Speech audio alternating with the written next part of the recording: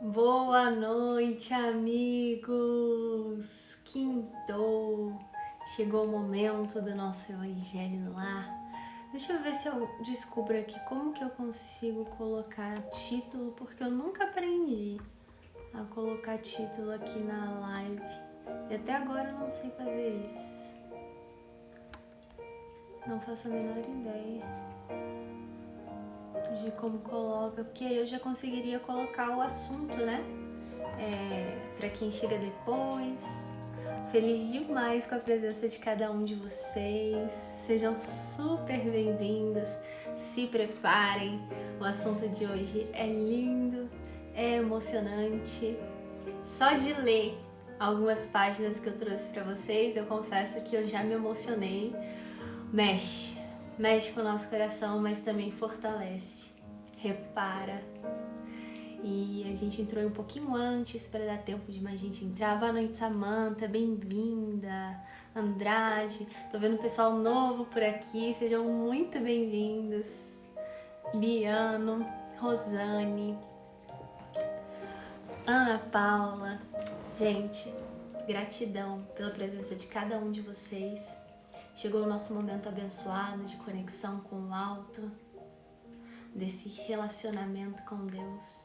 E hoje nós vamos falar um pouquinho sobre isso, como entender o que o nosso Pai espera de nós, o que o nosso Mestre Jesus espera de nós como seu enviado, seu mensageiro, os nossos mentores que estão ali o tempo todo nos aconselhando, como entrar em conexão, como decifrar. Nem sempre é fácil. Então, vamos 20 horas, né? Vamos ser pontuais, vamos fazer a nossa prece e aí os nossos amigos vão entrando durante a prece para darmos início. Então eu convido quem se sentir mais à vontade a fechar os olhos, as janelas da nossa alma. Se a música estiver alta, vocês me avisam aí no comentário, tá bom? Para ela não atrapalhar. Então, vamos lá. Respirar profundamente, sentir as notas dessa canção. A música é um dos instrumentos que elevam nossa sintonia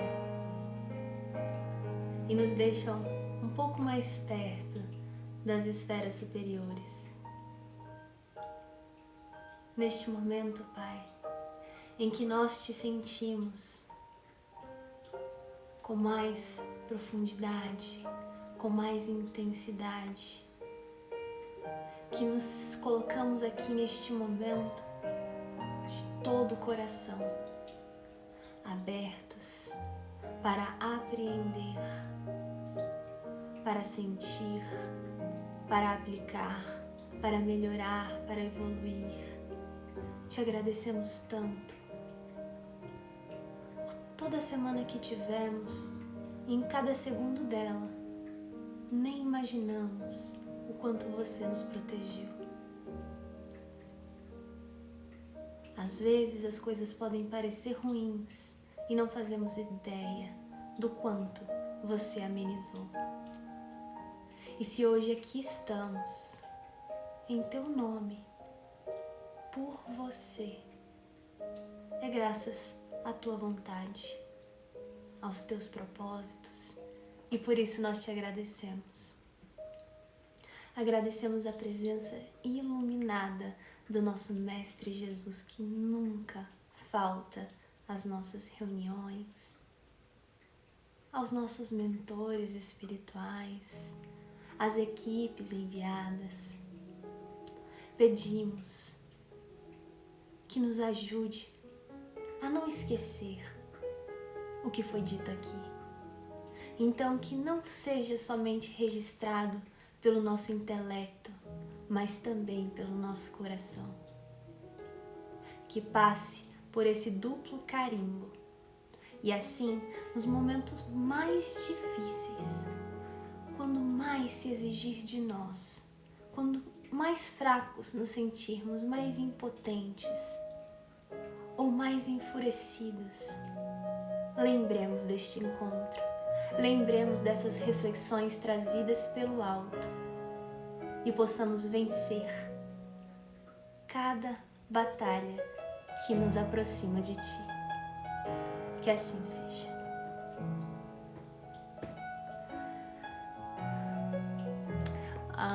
Obrigada, seu lindo Machadon. Meu irmão, gente, coisa mais fofa comentando aqui. Lid, que bom você aqui, saudade. Mariana, que bom que deu pra você entrar também. Bem-vindos.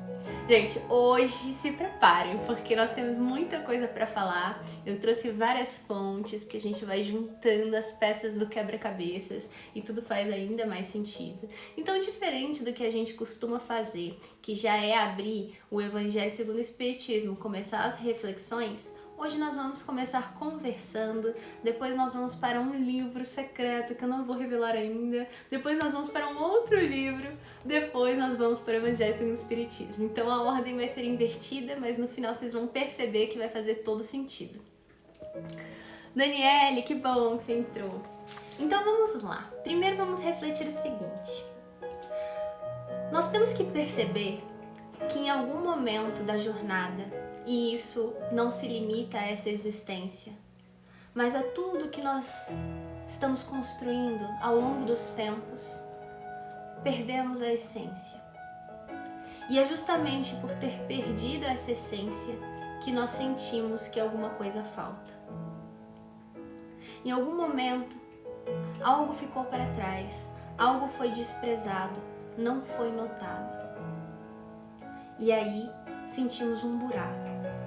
E às vezes a gente se pergunta, qual é o meu maior projeto? De cada um de nós que aqui estamos. E não só nessa existência, mas enquanto espíritos, depois de criados pelo nosso Pai. E às vezes nós pensamos que o nosso maior projeto está relacionado a algo que precisa acontecer e que nós vamos estar incluídos nesse processo. Nós tendemos a achar que esse maior projeto tem a ver com algo externo e não percebemos que o maior projeto é interior. Ele se dá na intimidade.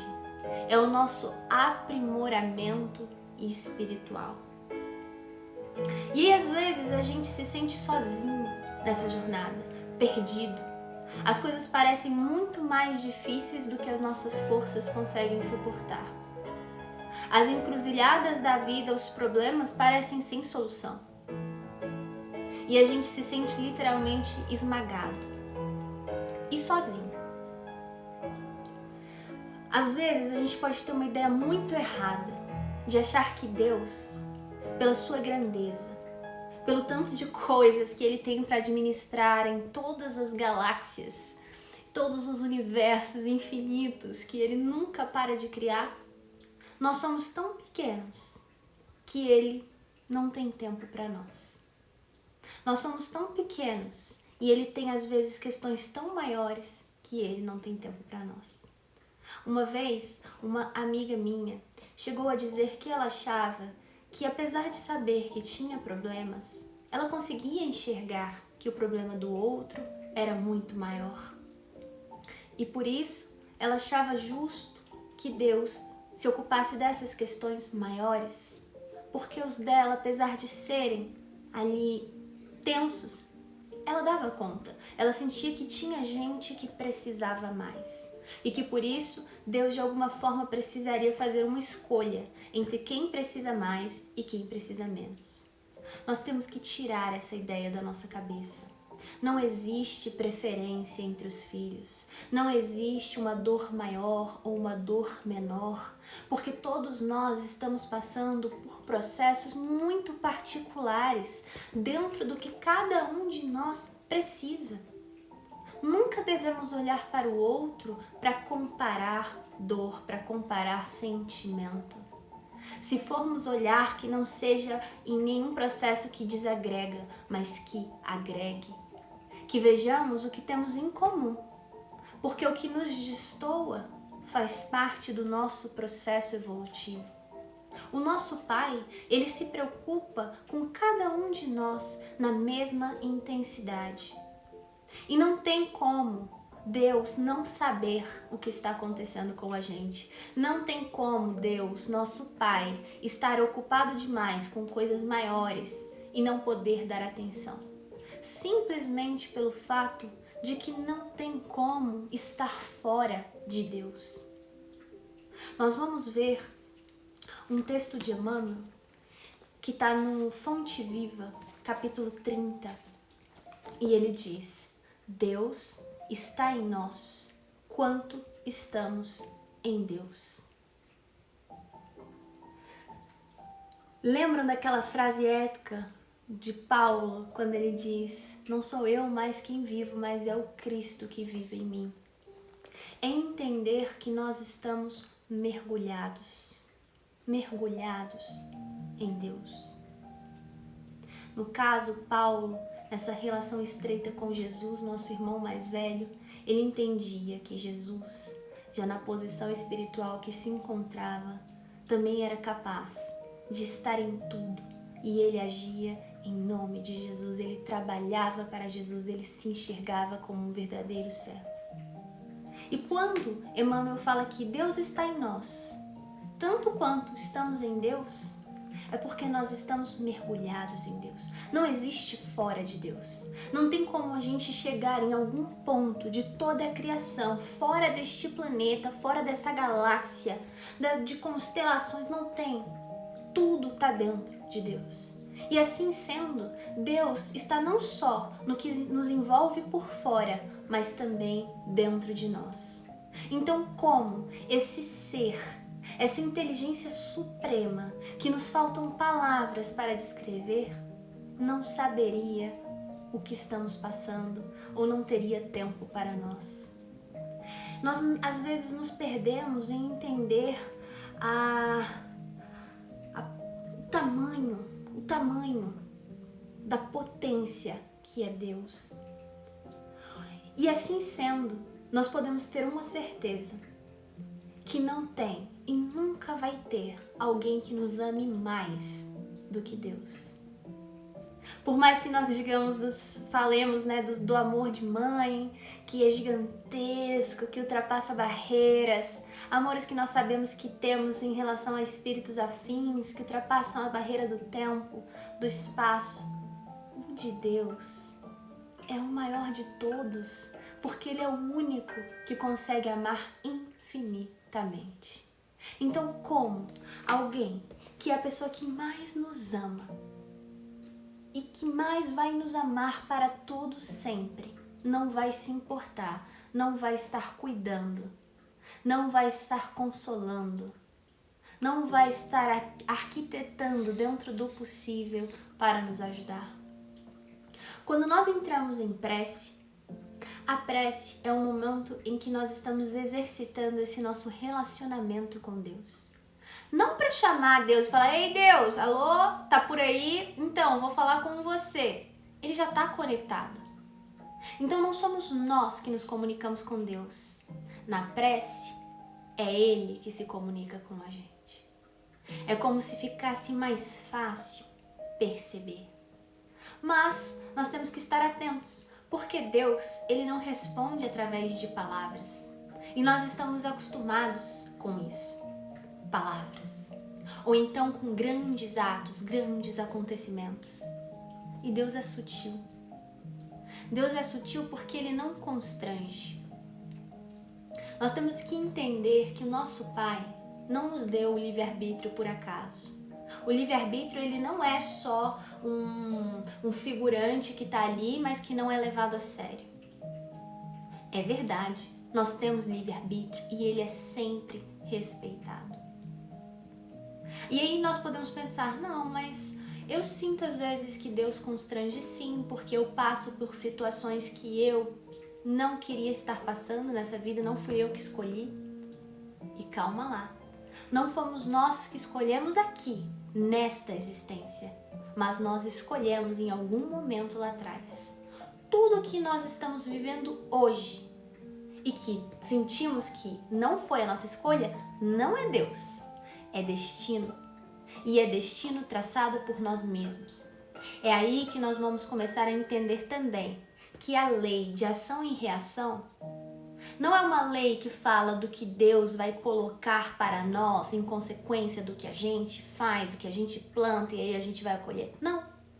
É uma lei que vai muito além disso. Ela respeita a gente, as nossas escolhas. Ela é a que garante que as nossas escolhas se deem.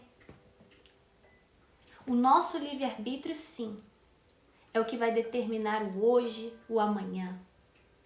Nós podemos fazer diferente, mas o que vem não é Deus, fomos nós. Então a gente tem que parar de acreditar a Deus algo que ele não tem nada a ver.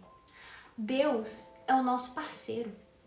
Ele não é um Deus punitivo, ele não é um Deus que castiga, ele não é um Deus que se ira, que fica chateado, que fica decepcionado com os nossos comportamentos. Porque o nosso Pai, essa potência divina, enxerga de todos os ângulos. Todos. E é por isso que nós temos que entender e parar de achar que nós entendemos e sabemos mais do que Deus.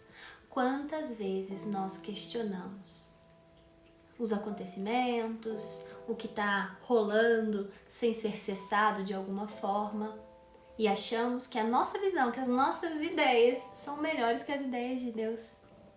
Como nós podemos pensar que seres tão limitados ainda, mas que jamais chegarão ao nível de perfeição de Deus, podem saber mais do que Ele? Então, o nosso Pai, Ele é o mais sábio que existe em todas as criações, porque Ele enxerga de todos os ângulos. Neste momento, nós não fazemos ideia do que está acontecendo em outras constelações, em outras galáxias. A gente não sabe nem o que está acontecendo em outro país, na cidade aqui ao lado, na casa do nosso vizinho. O nosso Pai, Ele está conectado a tudo e a todos o tempo inteiro. E são milhares e milhares e milhares de criaturas tomando decisões, utilizando o seu livre-arbítrio. E Ele conectado a todos. Mas Ele caminha lado a lado. Ele é parceiro. Ele forma essa parceria com a gente nessa nossa grande missão de aprimoramento espiritual. Nós não estamos sozinhos em momento algum. Só que Ele respeita. E nós tendemos a sempre querer fazer do nosso jeito. A mostrar que esse negócio de esperar, esse negócio de fazer pelo outro para que depois venha pra gente, não é por aí, Deus, não é. E Ele fala, tudo bem, meu filho, então faz do jeito que você acha que é. Eu continuo aqui. Eu tô aqui. E é assim, chega um momento em que nós estamos lá na frente, vemos que não era esse o caminho, estamos de novo procurando o nosso pai. Ei, pai, espero que você não esteja muito chateado. Nossa, desculpa aí, você tinha razão, não é mesmo? E ele, oi filho, eu tava aqui o tempo todo. Sem ressentimento, sem rancores. Ele sabe, ele enxerga e o tempo para ele é tão relativo. O que importa é se nós vamos entender hoje, amanhã, daqui a 100 anos, um século, 100 mil anos, não importa. Para ele, tanto faz. Ele sabe que um momento nós vamos entender e vamos escolher o caminho correto. É por isso que Emmanuel, ainda nesse capítulo 30 do Fonte Viva, ele fala que Deus está em nós, tanto quanto nós estamos em Deus. Mas, para que a luz divina se destaque da treva humana, ou seja, para que nós possamos enxergar essa centelha divina que temos, ouvir, sentir, saber que caminho tomar, direcionados por essa luz e não pelo nosso lado sombra que ainda existe, é necessário que os processos educativos da vida nos trabalhem no empedrado caminho dos milênios. Processos educativos da vida. Que processos educativos são esses? Tudo que nos acontece nos tira da nossa zona de conforto. Tudo que de alguma forma nos incomoda, menos ou mais, mas são processos educativos. Por quê? Porque o nosso Pai, Ele não pune, Ele educa. E Ele educa segundo os nossos pedidos, os nossos atos lá atrás. Quem determina o que a gente vai precisar, processos educativos que serão necessários, somos nós. Quais especificamente? Nosso Pai, que tudo sabe. Mas nós não precisaríamos se não tivéssemos feito certas escolhas. E aí então a gente começa a entender que o nosso problema não é com Deus. Vamos parar de direcionar o nosso problema a Deus e reclamar com Ele. O nosso problema é com a gente. É olhar pra dentro e falar: ei, Camila, de novo? Camila, você tem certeza que é por aí? Olha o que você está passando agora, reflete um pouco. O que isso está te convidando? O que isso está te mostrando? Veja além das aparências. Veja além da tempestade. Vamos imaginar uma chuva muito forte. Tá caindo tanta água que é difícil enxergar. Só vemos a água. Tudo turvo. E se nós estivermos diante de um lugar que nós não conhecemos, nós não saberemos como é até que essa água diminua e comece a cessar. E assim é ao longo da nossa vida, quando a gente está lidando com problemas. O problema é a água e ele nos impede de ver que lá atrás tem uma paisagem bonita, tem algo para nós guardado. Mas antes nós temos que ter paciência, enquanto essa chuva ainda não cessa. Mas o que essa chuva está fazendo também? Ela está limpando, ela está arrastando, ela está purificando, ela está abrindo caminhos. É isso que a dor faz em nós. E é por isso que Emmanuel, nesse item, também no capítulo 30 ele finaliza: interpretemos a dor e o trabalho por artistas celestes de nosso aperfeiçoamento. Gente, olha que coisa mais linda. Emmanuel é Emmanuel, né? Então, a dor e o trabalho. Porque o trabalho, às vezes a gente pode até estar trabalhando em alguma coisa que a gente gosta, mas é árduo, exige de nós de qualquer forma e existem variadas formas de trabalho. Toda vez que a gente está se doando energia, nós estamos trabalhando. Ambos são artistas celestes nesse nosso trajeto aí do aperfeiçoamento. Se nós mudarmos o nosso prisma, a nossa forma de enxergar a dor e o trabalho, tudo vai ter um peso diferente.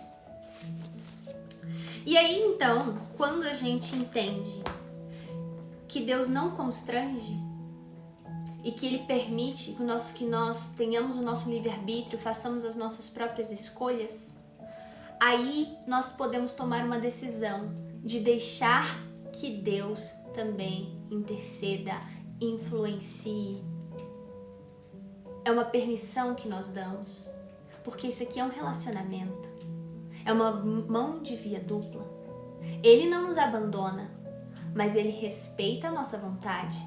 Se nós por algum motivo não queremos a sua participação, Ele vai respeitar. Mas quando nós decidimos deixar que Deus haja, aí é que entra a espiritualidade, a religiosidade, que não tem a ver com uma religião em si, mas com esse sentimento de saber que existe uma força maior que rege tudo, todos, entender que tudo se conecta de alguma forma, nos submeter com resignação aos acontecimentos que estão fora do nosso controle, do nosso poder de ação. E aí, nesse momento, nós entendemos por que Jesus veio. Jesus que veio nos falar do reino de Deus, que nada mais é do que a obra divina no coração humano. E quando nós estamos conectados, pensando dessa maneira, decidindo fazer parte dessa relação, abrir espaço para que Deus haja, é que nós chegamos para Ele e perguntamos: Deus, o que queres que eu faça? E para falar disso, é que nós vamos para o Paulo e Estevão, meu livro favorito apenas, que toda vez que eu leio eu choro. E eu tenho umas marcações no livro, assim, ao longo do livro, tem algumas partes, não sei se vai estar dando pra ver, mas eu tenho umas marcações assim que toda vez que eu abro, se eu abrir o livro ao acaso, vai ter uma passagem linda que não precisa, pode estar fora de contexto e ainda assim vai ser super profunda e despertar várias reflexões. E hoje nós vamos ler algumas partes que eu grifei, porque o livro é gigantesco, óbvio, desse momento em que até então Saulo estava certo de que as suas decisões faziam sentido. Ele acreditava em Deus, ele tinha sua religião e ele agia com esse propósito, achando que era o correto a se fazer. Mas de alguma forma, mesmo sentindo que estava no caminho certo, ou acreditando nisso, do fundo do coração, não era por maldade, apesar dele, para sustentar isso, ele matava pessoas, ele torturava pessoas, ele não se importava em pisar para chegar aonde ele precisava. Ele tinha uma coisa que não fazia sentido dentro dele, um vazio. Faltava aquele essencial que nós falamos. É nesses momentos que a gente tem que se perguntar: será que eu estou realmente num relacionamento com Deus?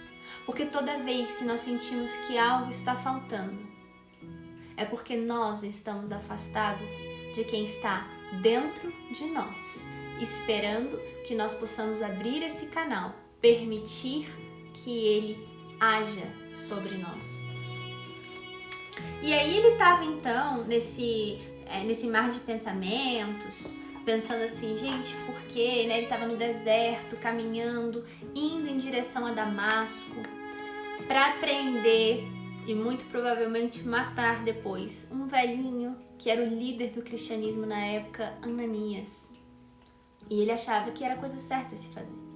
Ele tinha ali vários motivos, entre eles achar que a divulgação do cristianismo era uma ofensa contra a lei mosaica e tudo mais. Ele também tinha outros motivos ali por trás em relação a Ananias, então ele estava enfurecido e ele estava no deserto, indo a caminho de Damasco para isso. E de repente a gente vai ler algumas partes aqui do livro. Ele está lá todo pensativo, a caminho de Damasco, quando mal despertara das angustiosas cogitações, sente-se envolvido por luzes diferentes, de tonalidade solar.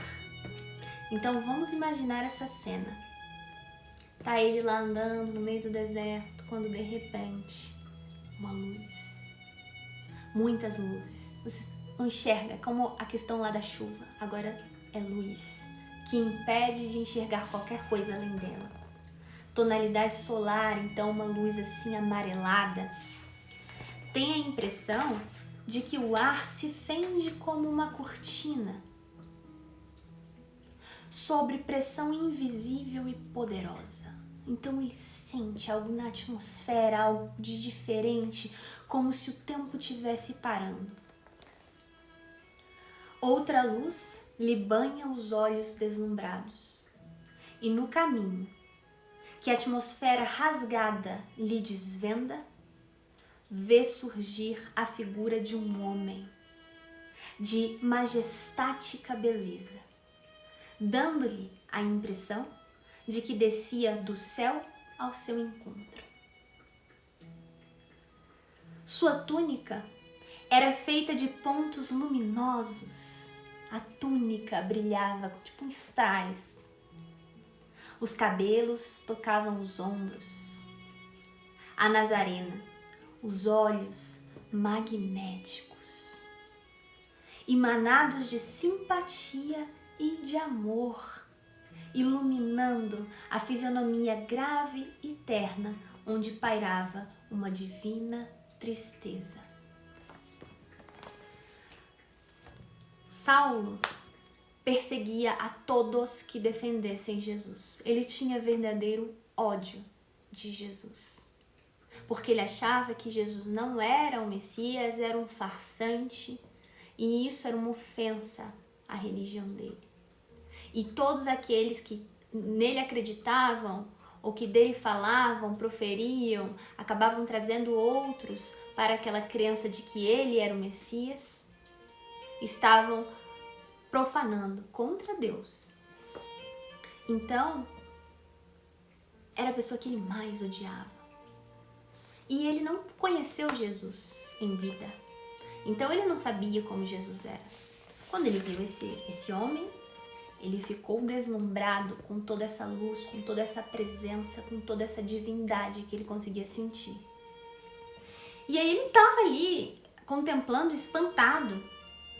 E de repente, uma inflexão de voz inesquecível, porque escutar a voz de Jesus, com certeza deve ser algo inesquecível, que fica ecoando para todo sempre em nossas almas.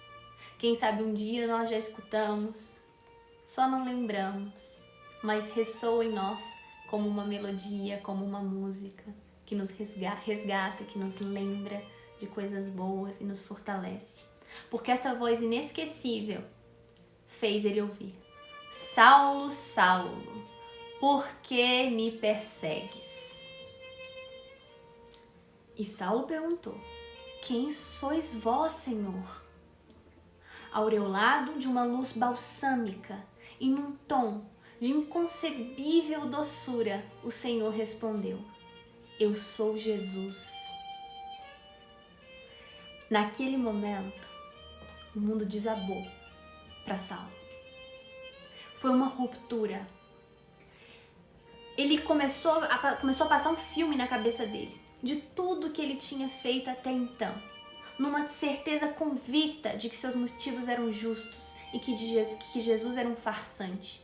Então, viu-se o orgulhoso e inflexível doutor da lei curvar-se para o solo. E foi um movimento assim automático, em pranto convulsivo. Ele não conseguia parar de chorar. É aquele pranto que a gente não consegue nem respirar direito. Vocês imaginam todos os sentimentos que passaram dentro do Saulo naquele momento? Culpa, remorso, vergonha por tudo que ele tinha feito. Ele se sentia não merecedor. Ele sentia que era o pior dos homens que habitavam esse planeta. E agora, diante dos olhos, tinha, assim, aquele Cristo magnânimo e incompreendido, por ele e por muitos. Aquele era o Messias. Viam ali no esplendor de suas glórias divinas, de forma que muitas pessoas não viram. Quando Jesus estava encarnado, ele poderia ter mostrado todas as suas glórias, o seu esplendor, podia. Mas ele se mostrou de carne e osso, comum, para mostrar que não precisa ser diferente dos outros, se destacar na sua luz, para fazer o certo, para passar por todas as situações. Ele quis se igualar a nós, em todas as situações que nós podemos passar. E ainda assim devemos seguir firmes e confiantes nessa relação de confiança com o nosso Pai.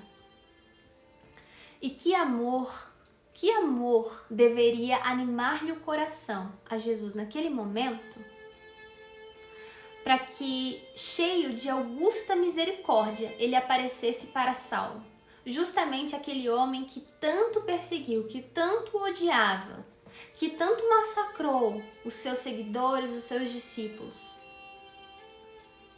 seus apóstolos. E aí aqui nós temos algumas palavras-chave que falam que Paulo sentiu vergonha, que era uma torrente de lágrimas, mas essas lágrimas lavavam-lhe o coração. Às vezes a gente acha que ser forte é não chorar, ser forte é não sofrer, ser forte é não sentir dor. Estamos enganados. A dor tem um processo junto dela que nos ajuda a crescer, nos ajuda a limpar a visão, enxergar além, perceber o que antes não percebíamos. A dor é remédio. A dor, como nós vimos, é um artista celeste que está nos ampliando a visão e nos ajudando nesse caminho do aperfeiçoamento. Então, neste momento, essas lágrimas de Saulo, que sim, estavam carregadas de muita culpa, de muita vergonha, também lavavam-lhe o coração. E nesse momento, ele sentiu uma contrição sincera do espírito arrependido. E é sincera, porque ele não falou que estava arrependido. Se fazia sentir. Jesus, que nos sondava com um olhar, sabia que era verdadeiro. Foi quando Jesus se aproximava e, contemplando carinhosamente, o mestre tocou-lhe os ombros. Então ele encostou em Saulo e Saulo sentiu o seu toque com ternura, dizendo com inflexão paternal. Ou seja, nesse momento ele poderia estar, Nossa, Saulo, agora você vai ver só, vou te falar umas verdades, depois de tudo que você fez, de tudo que você falou. Não. Ele chegou como um pai, encostou no ombro de Saulo e falou: não recalcitres contra os aguilhões. E essa frase ela é muito profunda, tá num português difícil, que às vezes a gente lê e fala, o que foi? E sabendo que espíritos, quanto mais puros eles são, menos eles utilizam as palavras a esmo, essa frase tem um grande significado, que nós não vamos entender, vai demorar muito. Quem sabe um dia a gente entenda tudo que Jesus quis dizer com essa frase. Mas nós, dentro da nossa limitação, podemos tentar, imaginar. E recalcitrar é opor resistência, é não querer ceder. E os aguilhões eram varas de ponta afiada, às vezes usados assim para o gado, para fazer o gado ir logo e tal, para machucar mesmo. Então são varas com a ponta afiada. Então tá dizendo assim, não ceda a essas varas de ponta afiada. Deixa elas te conduzirem, não lute contra elas. E o que poderiam ser essas varas de ponta afiada? São os acontecimentos. São todos esses momentos, essas circunstâncias da nossa vida que nos tiram da zona de conforto, que às vezes nos fazem chorar, nos fazem sofrer, nos fazem nos indignar, mas que a gente não lute contra isso. Que a gente entenda que isso está nos conduzindo para algum lugar, está nos convidando a enxergar algo. Não vamos lutar contra o que nós não podemos mudar. Vamos entender que a todo momento estamos sendo conduzidos. Saulo compreendeu isso. Ele entendeu que desde o primeiro encontro lá com Estevão, e a todo momento, desde então, ele estava recebendo sinais o tempo inteiro. Mas ele não dava atenção. Era Deus conversando com ele, Jesus também, tentando mostrar, sem constranger, sem obrigar, respeitando o livre-arbítrio. Ele fala que ele percebeu que em todo momento, em toda parte, ele tinha oportunidades, acontecimentos que o convidavam à meditação para trazer novos ensinamentos. Aqui ele fala, o Cristo chamara-o por todos os meios e todos os modos, mas ele não quis ouvir. Aí essa parte é linda, porque aqui Emmanuel nos diz, ele, Saulo, era a ovelha perdida no resvaladouro das teorias escaldantes e destruidoras. Essas teorias que ele criava, que só destruíam a ele mesmo, só criavam mais débitos para o seu próprio espírito. Jesus era o pastor amigo que se dignava a fechar os olhos para os espinheiros ingratos, para toda a ingratidão, a fim de salvá-lo carinhosamente. E é assim que isso nos remete à parábola da ovelha perdida, que está lá em Lucas capítulo 15, versículos 1 a 10. E essa parábola que Jesus contava era para exemplificar justamente isso. Ele dizia, imaginem um pastor que tem 100 ovelhas. E aí uma se perde. E aí ele deixa 99 no deserto e vai atrás daquela que se perdeu até encontrá-la. Ele não desiste dessa uma ovelha. Às vezes nós podemos pensar que por sermos pequenos, por nos sentirmos menos especiais, pouco importantes, Deus vai deixar passar porque tem coisas maiores. Nós somos ovelhas perdidas. E Deus não deixa de se preocupar com a gente, de ir atrás, de tentar nos trazer de volta. Nessa passagem, Jesus disse: haverá no céu alegria por um só pecador que se converte, mais do que 99 justos que não precisam da conversão. É por isso que Jesus dizia que ele não veio para os sãos, ele veio para os doentes. Porque quanto mais pecadores nós somos, quanto mais estamos entranhados nas trevas que nós mesmos criamos em volta de nós, mais tendemos a nos sentirmos fracos, a desacreditar, a querer desistir.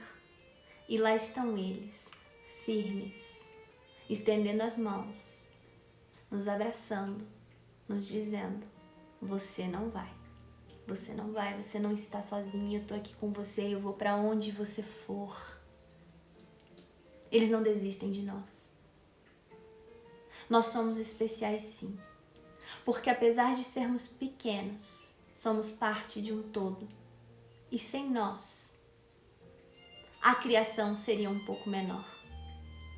O nosso Pai não cria nada por acaso, nada sem sentido, nada por criar. Somos seus filhos. Nosso Pai, que é perfeito, não faz distinção entre seus filhos, não importa onde eles estejam, em que estado, que escolha eles façam.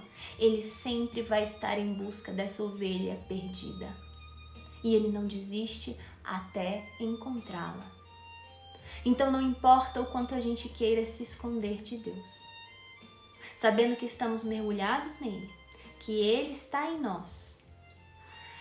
Ele vai nos encontrar no momento em que nós nos abrirmos para sentir essa presença que ali sempre esteve, para sentir esse amor que ali sempre esteve.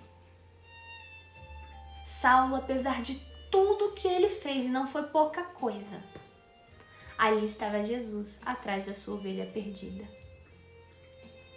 E aí, gente, depois desse momento emocionante, ali mesmo, no santuário augusto do Espírito, Saulo então fez o protesto de entregar-se a Jesus para sempre. Nesse momento, Saulo aceita essa relação. Saulo permite que Jesus atue. E é por isso que Emmanuel nos conta, fez a sua primeira profissão de fé. Foi a sua primeira profissão de fé, onde ele mostrou que tanto confiava, que se entregou. E aí ele perguntou: Senhor, o que queres que eu faça? Ele não está aqui dizendo que ele vai começar a fazer, já que agora Jesus, ele sabe que é o Messias, então eu vou fazer isso, vou fazer aquilo. Não, não sou mais eu quem mando. Agora eu entendo que eu nada sei. Então, Senhor, o que queres que eu faça? Só diz, só diz. É isso que o nosso Pai espera de nós, que nós aceitemos essa relação e que nós perguntemos para Ele: Senhor, o que queres que eu faça? Porque aí nós estamos colocando o nosso livre-arbítrio de encontro com a providência divina. Deus não constrange, mas se nós quisermos, deixarmos, permitirmos que Ele atue, Ele vai atuar. E foi assim que Saulo, entregando-se-lhe de alma e corpo, como se fora ínfimo servo, interroga com humildade o que desejava o mestre da sua cooperação. Então, o que queres que eu faça? Sou teu servo, estou aqui para te servir. E foi aí que Jesus, contemplando mais amorosamente e dando-lhe a entender a necessidade de os homens se harmonizarem no trabalho comum. Gente, presta atenção nessa parte, porque vocês vão ver Emmanuel falando sobre isso de novo. Então, Jesus ali, ele está querendo dar a entender a Saulo que existe uma necessidade de os homens, nós, criaturas humanas, se harmonizarem no trabalho comum, unirem forças, entenderem que as respostas do alto, as respostas das nossas preces, das nossas indagações, está no outro, nos instrumentos, nos filhos de Deus, da edificação de todos, no amor universal. Em seu nome, esclareceu generosamente. Levanta-te, Saulo, entra na cidade e lá te será dito o que te convém fazer. Jesus podia falar para ele o que ele precisava fazer? Podia. Mas ele falou, vai lá, entra. E você lá te será dito. E quem é que foi falar para ele o que tinha que fazer? Ananias. Aquele que ele estava indo para assassinar. É assim que nós somos levados para o livro Caminho, Verdade e Vida, capítulo 39, entra e coopera. Então, a partir do momento em que nós nos abrimos para essa relação, nós recebemos um convite. Entra e vem servir, vem cooperar, vem ser parte de um todo, vem somar nesse trabalho em conjunto do amor universal. E é por isso que Emmanuel passa essa passagem dos Atos, capítulo 9, versículo 6, e ele, tremendo, atônito, disse, Senhor, o que queres que eu faça? Respondeu-lhe o Senhor, levanta-te e entra na cidade, e lá te será dito o que te convém fazer. E Emmanuel, para ter certeza que nós entendemos o recado, ele vem nos explicar o que isso quis dizer. Esta particularidade dos Atos dos Apóstolos reveste-se de grande beleza para os que desejam compreensão do serviço com o Cristo. Com o Cristo. Porque Ele está junto no serviço. Nós estamos trabalhando para Ele com Ele. Ele não veio falar assim, faz isso, tchau, falou, valeu. Não, Ele está junto. Mas Ele precisa que a gente também faça. Se o mestre aparecer ao rabino apaixonado de Jerusalém, no esplendor da luz divina e imortal, se lhe dirigir palavras diretas e inolvidáveis ao coração, por que não terminou o esclarecimento, recomendando-lhe, em vez disso, entrar em Damasco a fim de ouvir o que lhe convia saber? Por que Jesus não falou diretamente? É que a lei de cooperação entre os homens é o grande e generoso princípio. É o segredo, gente. O segredo tá aqui. Com o qual Jesus segue de perto. Por quê? Porque é junto, é com Jesus, a humanidade inteira, pelos canais da inspiração. Então Jesus está com a gente? Sim. Ele fala com a gente? Sim. Como? Pelos canais da inspiração. Ele está constantemente nos inspirando para o bem, mostrando qual seria o melhor caminho. Mas ele também não constrange. Ele deixa que nós utilizemos o nosso livre-arbítrio. Nós estamos realmente entregues? Realmente querendo que essa seja uma relação de mão e contramão, de via dupla? O mestre ensina aos discípulos e consola-os por intermédio deles próprios. Como nós somos consolados? Como que Jesus nos consola? Através dos nossos irmãos, daqueles que nos cercam. É uma palavra amiga que chega. É um texto que uma pessoa é intuída a postar nos stories e quando a gente lê era tudo o que a gente precisava. É um texto que aparece lá de 2018 pra gente ler no Facebook. É uma propaganda na televisão. É um livro que a gente abre ao acaso. É uma pessoa que tá falando, tá conversando com outra na fila do banco e a gente tá do lado, escuta, e era o que a gente precisava. Todas as ajudas chegam, sempre. O consolo sempre chega, mas é por intermédio de nós.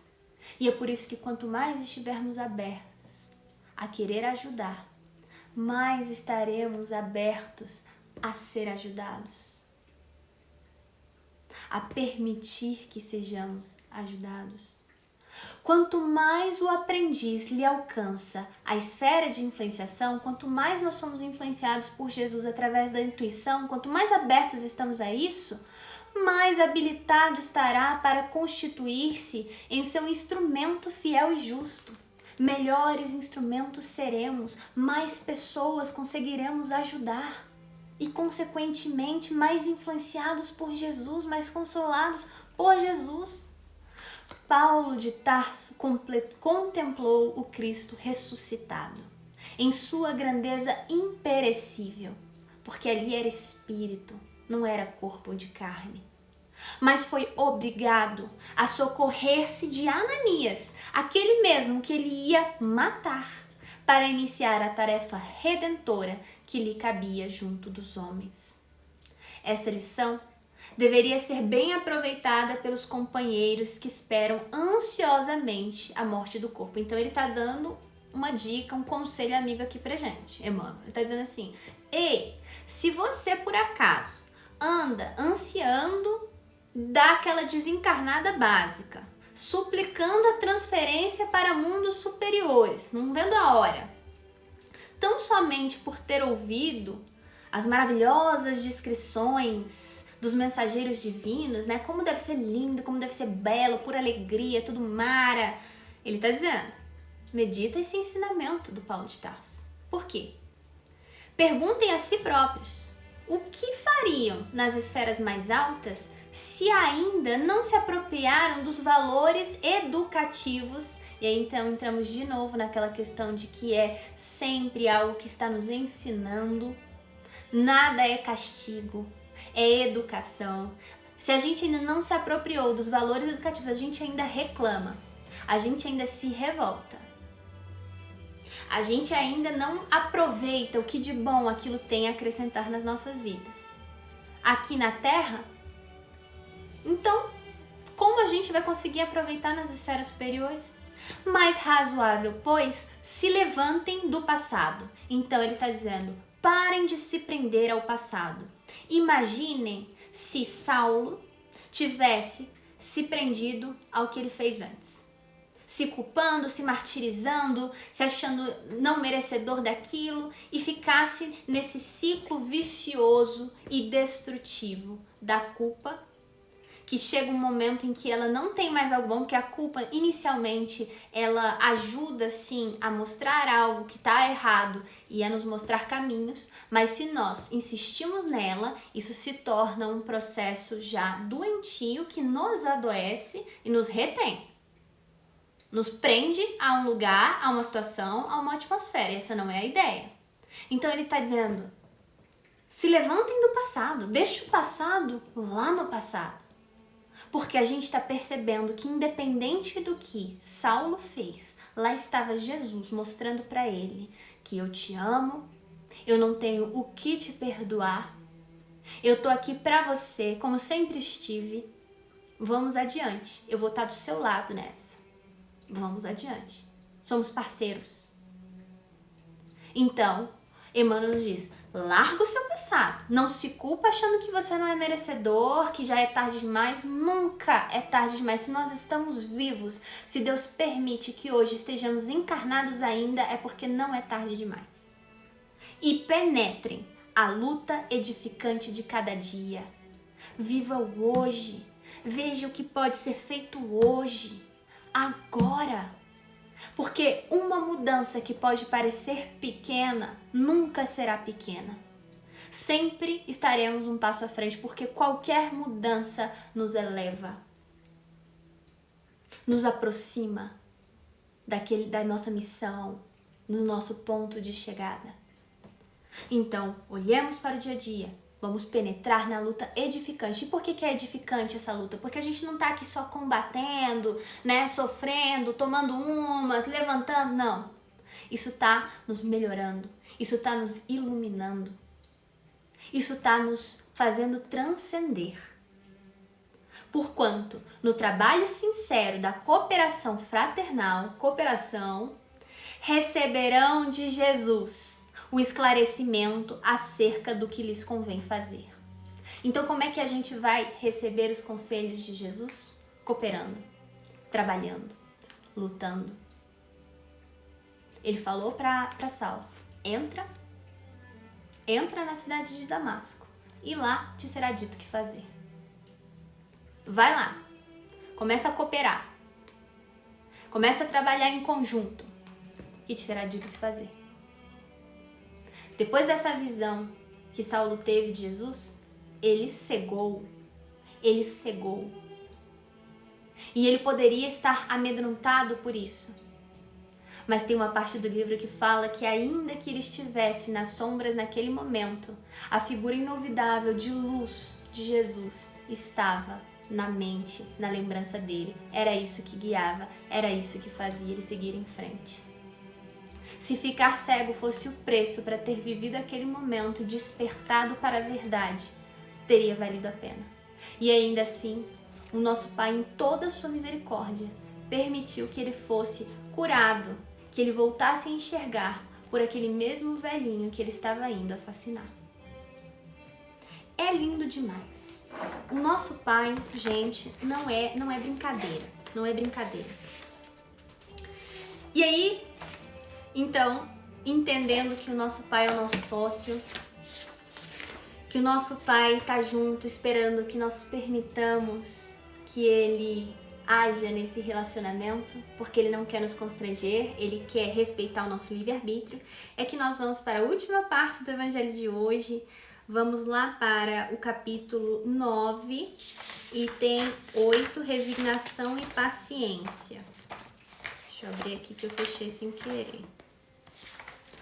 Para quem quiser acompanhar, né? Esse item é maravilhoso. Entendendo que o nosso Pai, ele não força o relacionamento. Ele não violenta as nossas consciências. Esse item vai nos mostrar, então, ele é um quebra-cabeças que se une a essa passagem, ao Senhor, o que queres que eu faça. Porque nós vamos chegar em um momento que, se nós permitirmos a ajuda de Deus, Ele vai estar nos dizendo, você quer fazer do meu jeito? Você confia em mim? Então eu preciso te pedir duas coisas. Calma e espera. E ter calma e esperar é obedecer, é ter resignação. Quando nós obedecemos e nós temos resignação, isso passa pelo psiquismo integral, é o item 8. Passa pelo psiquismo integral. Por quê? Porque nós somos mente e nós somos coração. Para que nós realmente internalizemos algo, não basta passar por aqui e ficar. Tem que vir para o coração. Assim como não basta estar no coração e o racional negar aquilo. Precisa passar pelas duas etapas, precisa dos dois carimbos. O carimbo da sabedoria, o carimbo do amor. E aí esse item diz o seguinte: a doutrina de Jesus ensina sempre a obediência e a resignação. Era isso que Jesus nos ensinava. Duas virtudes companheiras da doçura, muito ativas, embora os homens as confundam erroneamente com a negação do sentimento e da vontade. Aí ele vai nos dizer, sabe o que é a obediência? É uma mensagem de Lázaro. A obediência é o consentimento da razão. Então nós somos obedientes quando passou pelo intelecto, passou pela nossa razão e ele falou, ok, check. Mas a resignação é o consentimento do coração. É quando o coração nem sempre vai ter razões, nem sempre vai ter explicações, mas ele sente, ele confia, ele aceita. Passa por 2 processos. Opa, primeiro, eu tô no relacionamento com Deus. Eu aceitei isso. E aí, na hora que passar pela razão, nós vamos nos perguntar, por que Deus agiu assim? Primeiro passo. Quando for pro coração, quando for para a hora da resignação, nós vamos entender que essa foi a melhor escolha. Por quê? Nem sempre a gente vai saber por quê. Mas a gente vai entender que apesar de não saber o motivo pelo qual foi a melhor escolha, é a escolha de nosso Pai. E nós nos abrimos para Ele. Nós permitimos que Ele nos ajudasse nessa. Então a gente tem certeza que foi a melhor escolha. O consentimento do sentimento é a resignação. Ambas são forças ativas, porque levam o fardo das provas, as provas pesam, que a revolta insensata deixa cair. Então, quando a gente se revolta, a gente está tirando esse peso e jogando no chão, falando, quer saber? Desisto, lavo minhas mãos, isso é um absurdo, eu não tô acreditando, eu não mereço, por que comigo, por que assim? E a gente não quer carregar aquilo ali. Mas quando nós estamos obedientes e resignados, nós estamos levando o fardo dessas provas. A duras custas, mas estamos.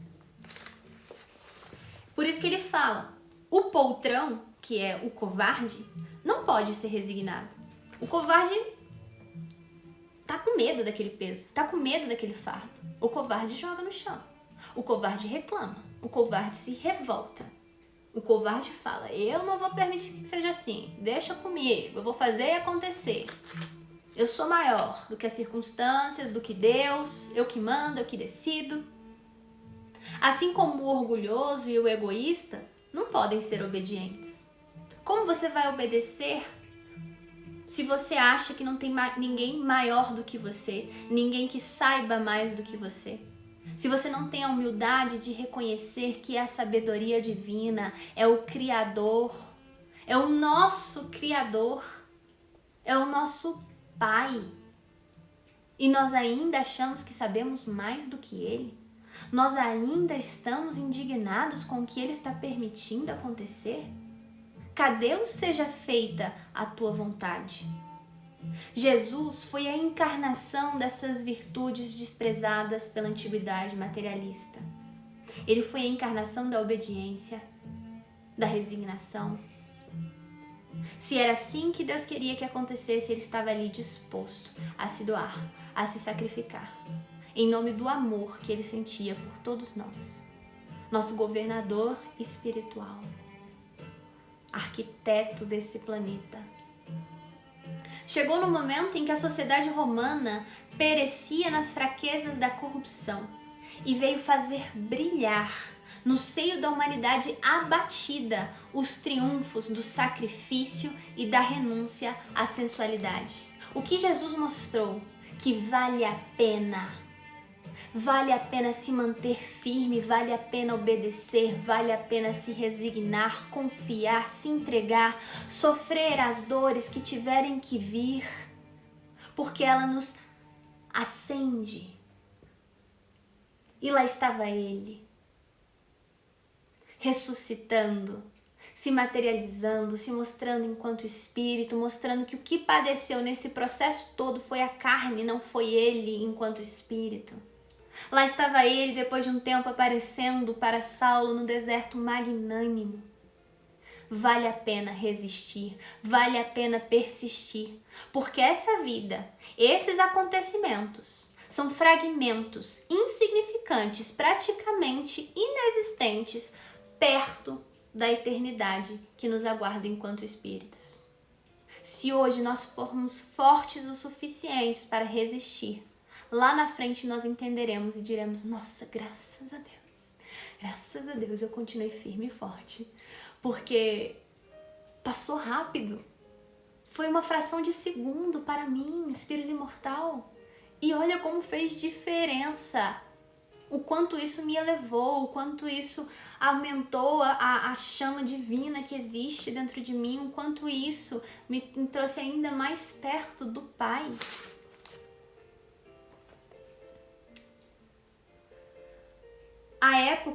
Cada época é assim marcada pelo cunho da virtude ou do vício, que a devem salvar ou perder. A virtude da vossa geração. E aí, Lázaro está dizendo, preste atenção. Qual é a virtude da geração de vocês? É a atividade intelectual. Então, nós vemos cada vez mais pessoas super inteligentes, avançando muito a ciência e nos levando, né, a outros patamares. Que hoje e é muito rápido, né? Assim, nós olhamos há um tempo atrás, não tinha celular. Há uns anos atrás, assim, na época dos meus pais não tinha celular. E na minha época, quando eu achava que o celular era top das galáxias, ele era preto e branco com o jogo da cobrinha. E hoje a gente vê esses mini computadores na nossa mão, foi tudo muito rápido. Então sim, uma característica, uma virtude da nossa geração é a atividade intelectual. Tá todo mundo super inteligente, se destacando cada vez mais bem preparado. Mas qual é o vício da nossa geração? É a indiferença moral. A gente olha e não vê, não enxerga quem está do nosso lado, não se importa, não ressente o que causamos no outro. Digo somente atividade, porque o gênio se eleva de súbito e descobre de relance os horizontes, que a multidão só verá depois. Então tem alguns que são sábios, que se destacam, que nem todos são assim. Nem todos têm esse vício, por exemplo. E ele fala, ele tá vendo, ele tá fazendo o que muitos, cada um no seu tempo. Um dia vão chegar lá, mas só depois dele. Enquanto a atividade é a reunião do esforço de todos. É quando que acontecer aquela cooperação que Jesus falava, que Emmanuel quis fortalecer. Cooperação para atingir um alvo menos brilhante, mas que prova a elevação intelectual de uma época. Então ele pede: submetei-vos ao impulso que vimos dar aos vossos espíritos.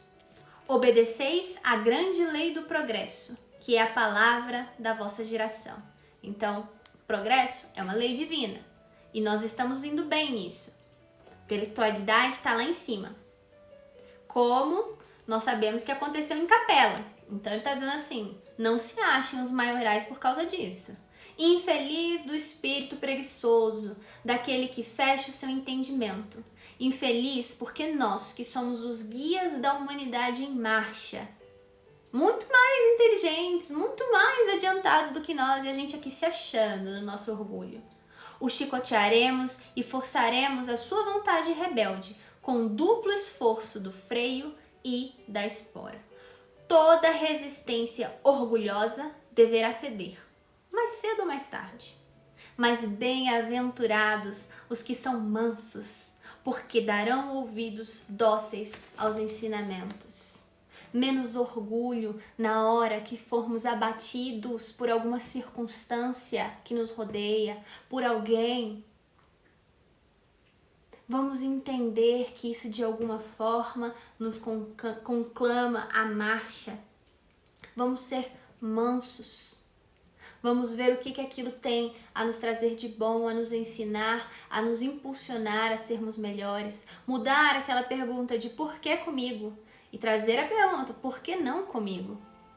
E agora que isso está acontecendo, Pai, eu que estou numa relação com você e eu aceito que você haja sobre a minha vida, o que queres que eu faça? E ele vai responder, ele vai dizer quais caminhos podemos seguir. Oremos, nos coloquemos em sintonia com o alto, percebamos os sinais, estejamos atentos àqueles que nos rodeiam, ao que nos é falado, ao que escutamos, ao que lemos. O nosso coração vai nos dizer quando forem as respostas do alto. Lembrando que o nosso tempo é diferente do tempo de Deus. Que se hoje pedimos uma resposta, se hoje pedimos uma mudança, se ela não acontece, é por amor, é porque é o melhor. E aí nós vamos entender que às vezes nós vamos estar em meio a um deserto seco, árido. E aí nós vamos estar pedindo, e ele vai continuar seco, árido. Mas se nós estivermos atentos lá na frente, tem um oásis. Deus só esperava de nós paciência para chegar, atravessar esse deserto árido e chegando lá no oásis, ele mostrar que quando ele disse não, não era um não definitivo, era um ainda não. Tenhamos paciência, esperemos, tudo vai se acertar, tudo vai chegar, tudo tem um motivo, tudo colabora para o nosso crescimento, tudo, nada se perde. Cabe a nós enxergar esses aprendizados, recolhê-los para a nossa coleção sem reclamar, resignados, porque confiamos no nosso Pai, nessa relação que nós aceitamos que ela acontecesse. E mesmo quando a gente não aceita, Ele tá lá também. Ele é demais. Então cada um no seu tempo. Nunca, nunca, nunca estamos sós. Nunca estivemos, nunca estaremos. E esse foi o nosso evangelho de hoje. Agradecer muito a presença de cada um de vocês, os guerreiros que ficaram do início ao fim. Obrigada porque vocês, com os comentários, com a energia, com a atenção, a sintonia, permitiram que fosse o que foi, permitiram que a espiritualidade pudesse passar de melhor forma essas reflexões. Gratidão. E vamos para a nossa prece final.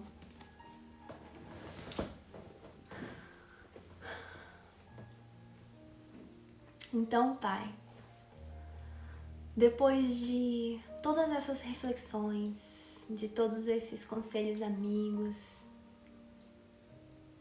de vocês que tanto se importam com a gente, que tanto torcem, que tanto cuidam, que tanto vibram, acreditam, não desistem, nós te dizemos agora, Pai, dentro da nossa humildade, reconhecendo a nossa pequenez, reconhecendo que não somos os donos da verdade, que ainda temos tanto por aprender e que ainda assim nunca veremos tão longe quanto você, é que te pedimos perdão por todas as vezes que reclamamos, por todas as vezes que duvidamos, por não enxergar cada dor como manifestação de amor. E hoje, Pai, mudamos a nossa posição. Hoje, aceitamos esse relacionamento. Aceitamos que você nos ajude diretamente nessa caminhada. Nos mostre o caminho, nos diga o que você quer que façamos, aonde podemos ser úteis, o que podemos fazer, o que devemos deixar de fazer, escolhas, que possamos, Pai, estar abertos para perceber cada conselho, cada manifestação de amor, permitir e então sentir o quanto você nos envolve e nos responde.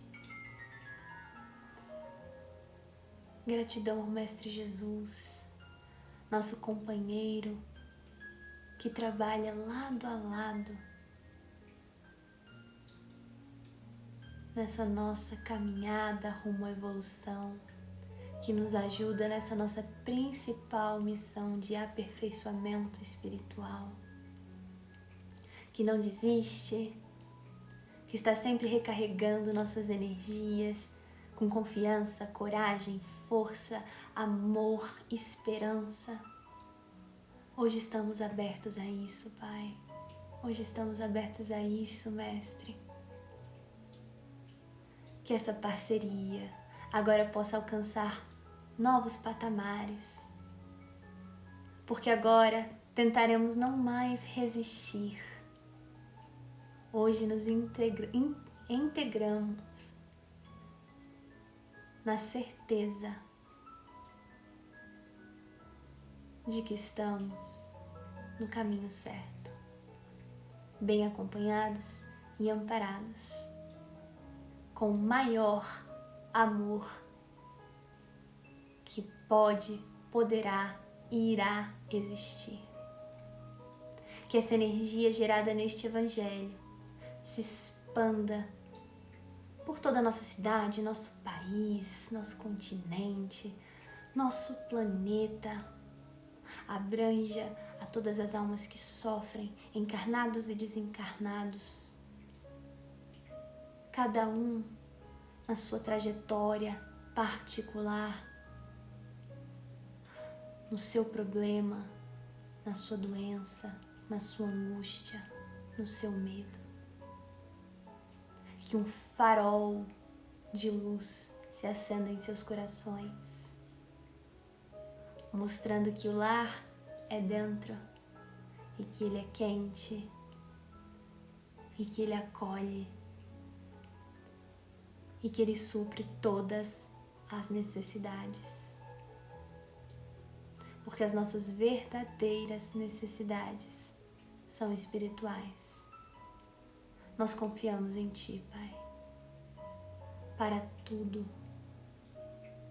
Somos Teus filhos e um Pai jamais abandona seus filhos. Que assim seja.